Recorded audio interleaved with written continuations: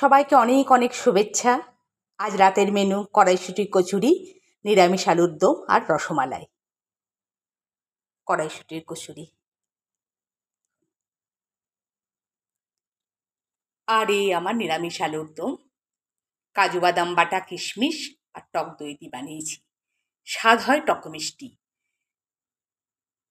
ঝাল কেউ আমাদের বাড়িতে খুব একটা পছন্দ করে না, শুকনো লঙ্কা তো ব্যবহারই করি না। আর এই দেখুন রসমালাই বানিয়েছি জাফরান দিয়ে, দুধের মধ্যে অল্প জাফরান গুলে এটা বানিয়েছি।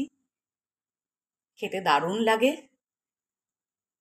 আর এই কড়াইশুঁটি আমি শীতকালে কিনে ছাড়িয়ে এয়ারটাইট কন্টেনারে ভরে ডিপ ফ্রিজে রেখে দিই।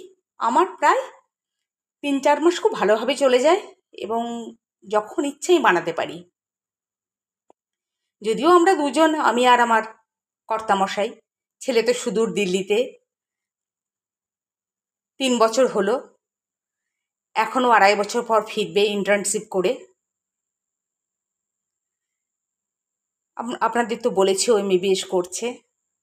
দেখা যাক, আপনাদের আশীর্বাদে যেন সুচিকিৎসক হয়, সাধারণ অসহায় মানুষের পাশে যেন দাঁড়াতে পারে। আপনারা আশীর্বাদ করুন। তো আজ এই পর্যন্ত। সবাই ভালো থাকবেন। নমস্কার।